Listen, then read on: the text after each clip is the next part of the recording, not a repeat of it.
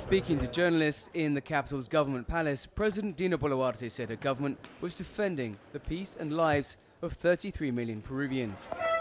Thousands of protesters demand that she resign after 6 weeks of deadly unrest. The Peruvian president blamed extremist groups for stirring up violence in the protests and defended the police response. She reiterated that her resignation would solve nothing and said it was in the hands of Congress to bring forward elections. Protesters are also pushing for new elections and the dissolving of the unpopular Congress.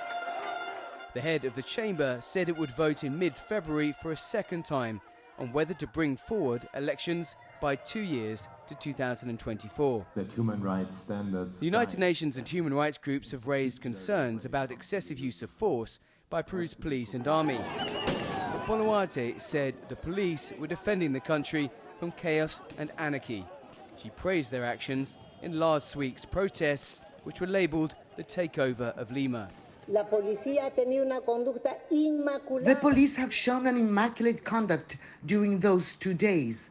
They resisted the violence from the other side, and there are videos that show they received blows.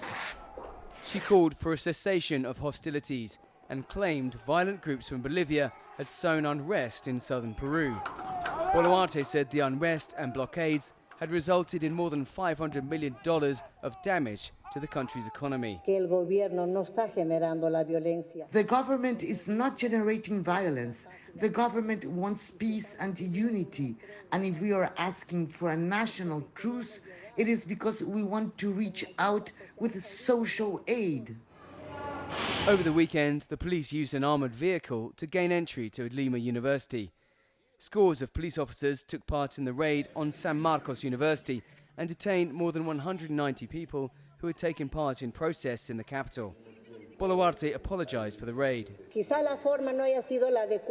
Perhaps the form was not the right one, and for that I apologize to the students of San Marcos and to the students who were inside the university.